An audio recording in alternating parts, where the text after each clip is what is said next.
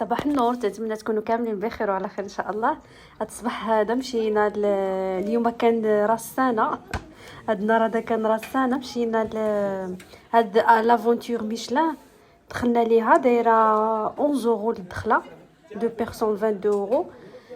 زوينه. دايرين ليستوار ديال ميشلان،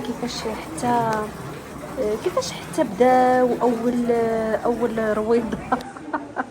اول رويضه داروا، المهم ليستوار كيفاش اول الرويضه داروا، كيفاش بداو كيفاش بداو كيطوروا هذيك الرويضه وكيفاش طوروا الشركه ديالهم. المهم فيها كاين واحد ليستوار زوينه، تجربه زوينه حتى بالنسبه هكا ديو وليداتكم، حتى هي تجربه زوينه.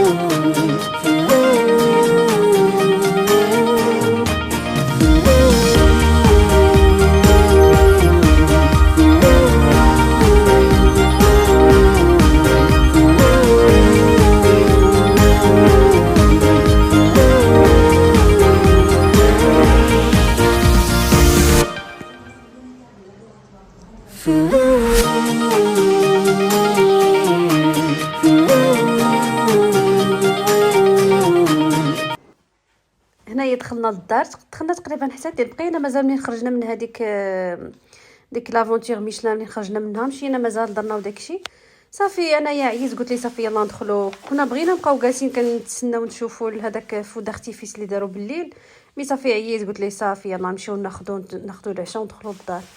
صافي مشينا خدينا العشاء اون بورتي، شرينا معنا هذوك كاطويات صغار ديال راس السنه. صافي هنايا مشيت وجدت العشاء اللي جبنا، يلا سخنت داكشي. خدينا العشاء من مطعم تركي. المهم كانت هذيك البيتزا ديالهم، البيتزا كانت زوينه. اللي ما عجبنيش عندهم هو هذاك البرغول، ما زوينش، دايروا ديك الحبات ديالو غلاض، ماشي داك الرقاني كيعجبني رقيق. صافي هنايا من بعد بالليل شدينا واحد الفيلم، بقينا كنتفرجوا، وحطيت لي كاطو والشوكولا وداكشي شويه شويه.